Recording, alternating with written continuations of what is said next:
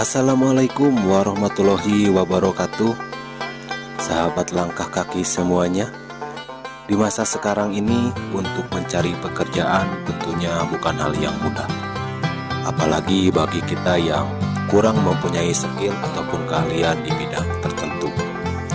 Tentunya kita akan bingung ketika mau melamar pekerjaan, mau melamar di bidang apa.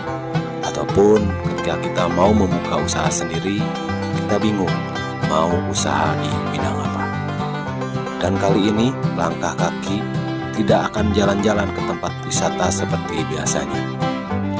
Tapi kali ini kita akan coba membahas salah satu bidang usaha atau pekerjaan yang peluangnya sangat besar.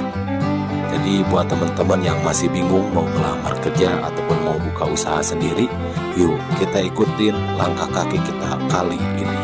Jangan lupa untuk subscribe, share, dan komen channel kita ini agar kita bisa terus melangkah.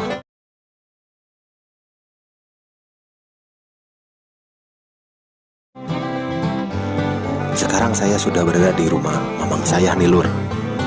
Kita akan tanya-tanya dengan mamang karena beliau lumayan dalam pengalamannya tentang dunia garmen ataupun menjahit.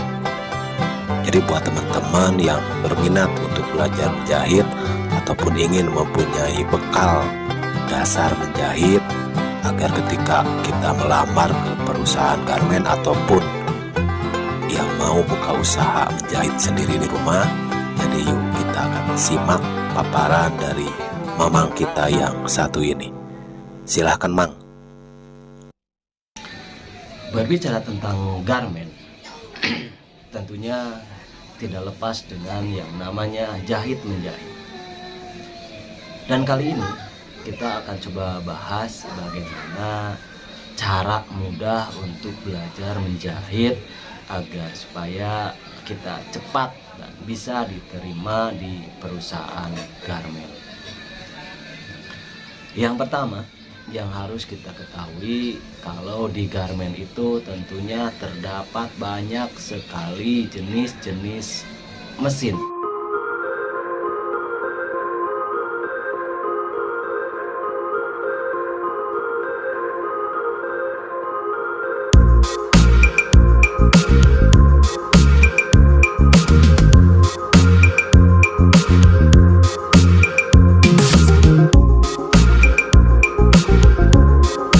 Karena di garmen itu kita bukan hanya sekedar dituntut dengan yang namanya kualitas, tetapi juga kita dituntut dengan yang namanya kuantitas.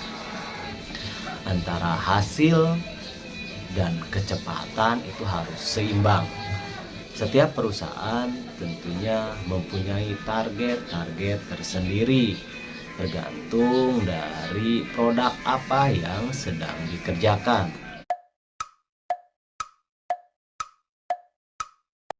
Yang akan kita bahas di sini, kita akan membahas mesin single needle atau mesin jarum satu. Mesin jarum satu atau single needle itu juga terdiri dari beberapa jenis. Ada yang low speed, ada yang high speed, ada yang manual, dan juga ada yang otomatis. Sebelum kita belajar bagaimana cara mengoperasikan mesin single needle itu sendiri, kita terlebih dahulu harus tahu tentang komponen-komponen apa saja yang berada di mesin single needle itu sendiri. Dan itu banyak sekali, seperti contohnya ada di gambar berikut ini. Sini ada 18 bagian komponen. Yang pertama ada SPI. SPI itu stick per inci, yang fungsinya untuk mengatur langkah tusukan atau mengatur jarak tusukan atau stikan. Jadi kita tidak asal sekedar menjahit saja. Tentunya kita harus bisa menyetel bagaimana agar langkah jahitan itu sesuai dengan keinginan si pemesan atau buyer. Caranya kita bisa memutar ke kanan atau ke kiri. Tension itu fungsinya untuk mengatur tekanan benang, baik benang bagian atas ataupun benang bagian bawah. Karena jahitan yang bagus itu baik jahitan yang atas ataupun jahitan yang bawah hasilnya harus seimbang. Dan kalau terjadi jahitan yang kencang sebelah baik yang atas ataupun yang bawah, kita harus paham bagaimana cara menyetel tension itu sendiri. Jadi bisa diputar tombol tersebut ke kanan ataupun bisa diputar ke sebelah kiri. Ataupun jarum yang kita gunakan untuk mesin single needle ini, kita menggunakan jarum DB kali 1. Besar kecil dari jarum tersebut ditentukan dengan nomor jarum itu sendiri. Ada nomor 9, 11, 13, 16 dan lain sebagainya. Sekarang timbul pertanyaan, kenapa kita harus paham dengan namanya jarum? Ketika di perusahaan garment, mesin yang kita gunakan jarumnya patah, kita tidak bisa sembarangan menukar jarum tersebut. Tapi ada peraturan-peraturan bagaimana tata cara menukar jarum.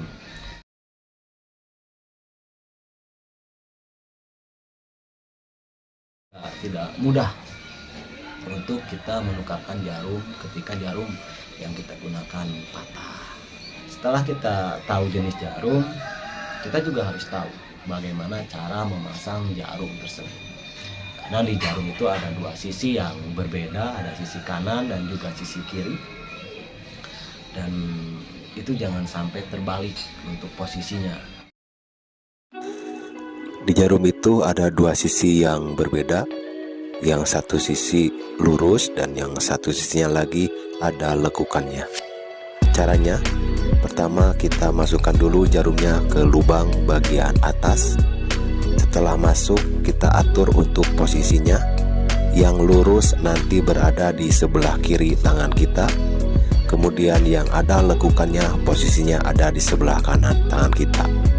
Setelah itu, kita kencangkan lagi bautnya sampai betul-betul kencang. Dan setelah itu, inilah hasilnya.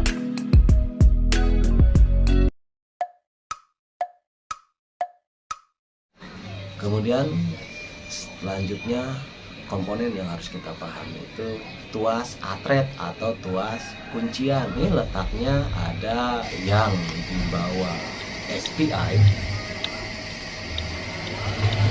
ataupun di mesin yang otomatis itu letaknya berada di samping tiang jarum atau di atas jarum sebelah kanan sedikit lah gitu ya. Itu fungsinya untuk mengatret atau mengkunci jahitan. Caranya, kalau kita tekan tombol tersebut, maka hasil jahitan kita akan mundur. Dan kalau kita lepas lagi, maka jahitan akan maju lagi seperti biasa. Itu tuas atret. Dan selanjutnya ada tuas pengangkat sepatu di lutut. Ini fungsinya untuk menaikkan dan menurunkan sepatu. Caranya, ketika kita dorong tuas tersebut dengan lutut kita ke arah kanan, maka sepatu yang ada di mesin akan terangkat. Kemudian kalau kita lepaskan lagi, maka sepatunya akan turun lagi. Kemudian selanjutnya ada tombol on off. Tentunya ini sudah pada tahu semua. Ini fungsinya untuk menyalakan ataupun mematikan mesin. Kemudian ada juga pedal gas. Tentunya juga ini sudah tahu ya. Ini fungsinya untuk mengoperasikan dan menghentikan mesin atau jahitan. Jadi caranya ketika kita injak atau tekan ke depan, mesinnya akan jalan. Semakin diinjak ke depan, semakin cepat. Dan kalau kita stabilkan lagi, itu akan berhenti. Kemudian kalau kita injak pedalnya ke belakang, maka itu akan memotong benang.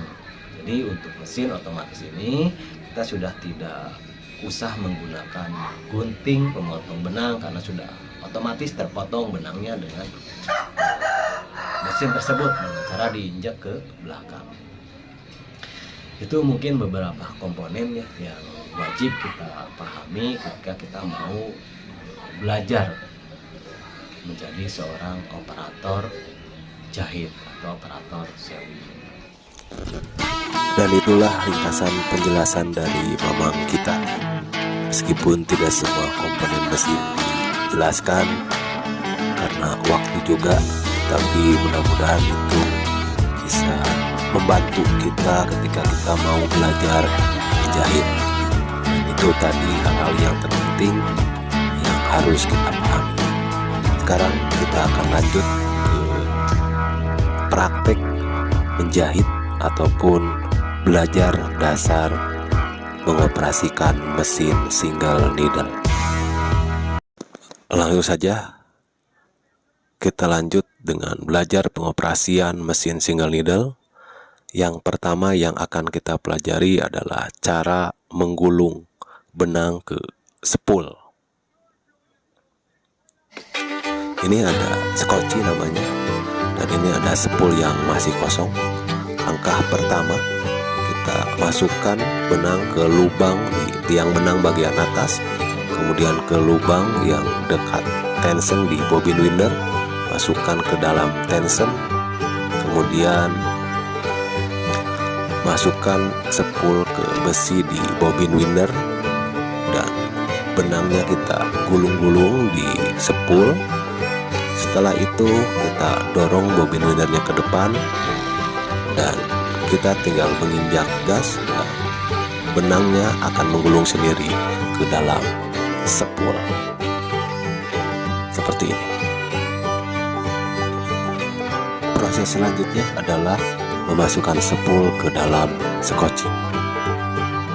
Yang pertama, di skoci itu ada lubang kecil, jadi kita masukkan dulu spoolnya ke dalam besi di skoci, kemudian si benangnya ditarik masukkan ke lubang yang kecil tadi, kemudian ditarik lagi dan dijepit sampai ke lubang yang berikutnya, seperti itu lur. Nah, seperti ini nanti hasilnya.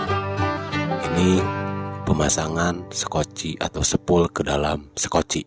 Selanjutnya kita akan masukkan skoci ke dalam rotari. Ini caranya. Pertama kita buka bagian besi ini, kemudian nanti si skocinya kita masukkan lewat bawah, dan posisi skoci yang bolong itu ada di atas. Kemudian masukkan ke lubang di dalam, dan sudah pas lubang nanti kita dorong sampai ada bunyi klik. Kalau belum bunyi berarti belum pas. Nah, seperti ini. Kita masukkan, setelah nempel kita dorong sampai bunyi klik. Selanjutnya kita akan belajar memasang alur benang yang ke jarum. Pertama, dari benang kita masukkan ke lubang di bagian tiang benang bagian atas, kemudian juga dimasukkan ke besi itu seharusnya karena sudah rusak, jadi kita ganti dengan karet. Selanjutnya dimasukkan ke besi alur benang seperti ini, dan setelah itu baru kita masukkan ke piringan tension. Ini harus kejepit lur, jangan hanya sekedar nempel. Kemudian juga ke besi yang di samping tension ini bagian bawah seperti ini. Nah, seperti itu.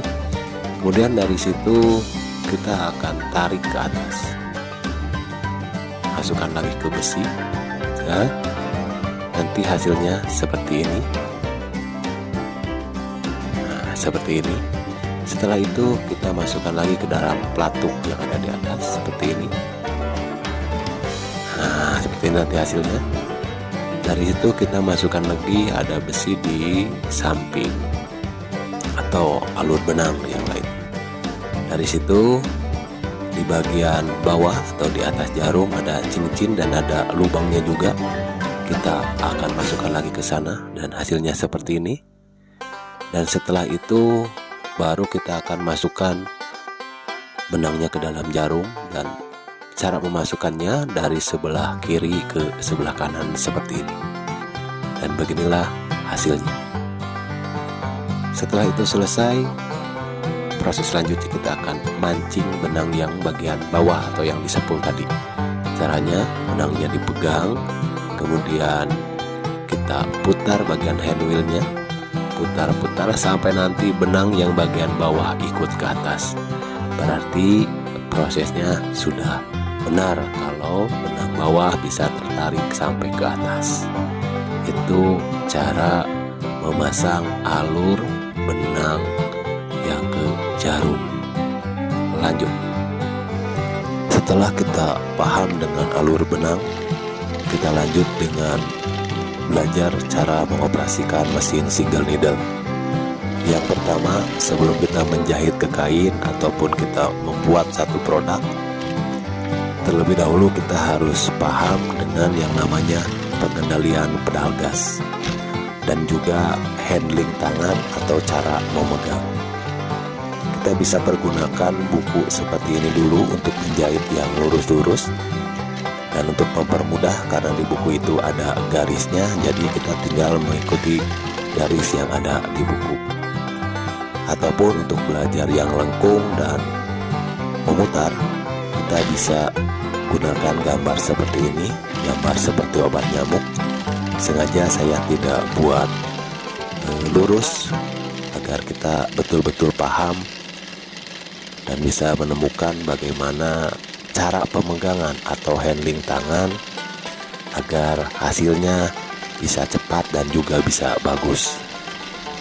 Termasuk juga bagaimana cara penginjakan pedal gas harus seperti apa. Karena di sini tentunya tidak bisa terlalu cepat dan juga tidak bisa pelan-pelan.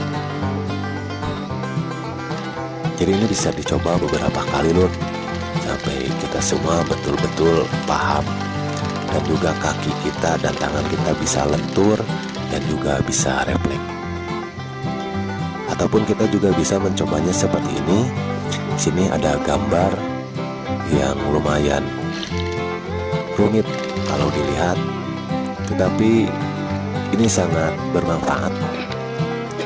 Kita bisa terus mencoba dan mencobanya lagi sampai nanti kita bisa menemukan bagaimana cara handling tangan yang benar itu seperti apa. Tip mungkin dari saya, ketika menjahit, posisi tangan yang kiri dan yang kanan itu jangan sejajar ataupun lurus. Bisa dilihat seperti tangan saya itu agak miring atau agak bengkok sedikit. Itu tujuannya agar kita mudah untuk namanya itu mengatur atau mengendalikan bahan yang sedang kita jahit, baik kita mau belokkan ke kiri atau mau kita belokkan ke kanan. Setelah kita paham dengan pengendalian pedal gas dan juga handling tangan, langkah berikutnya adalah belajar tentang jenis-jenis jahitan. Dan jenis-jenis jahitan itu banyak dan akan kita jelaskan di part yang kedua. Jadi sekali lagi untuk teman-teman yang ingin belajar jahit ataupun ingin bertanya-tanya dan sharing tentang garmen dan juga menjahit, silahkan boleh komen di bawah ini. Dan sekali lagi terima kasih sudah mengikuti langkah kaki pada kali ini, dan semoga teman-teman senantiasa diberi kesehatan dan juga kelancaran. Sekali lagi terima kasih, dan jangan lupa untuk subscribe, share, dan komen langkah kaki ini agar kita bisa terus melangkah ke tempat-tempat yang lainnya. Terima kasih. Assalamualaikum warahmatullahi wabarakatuh.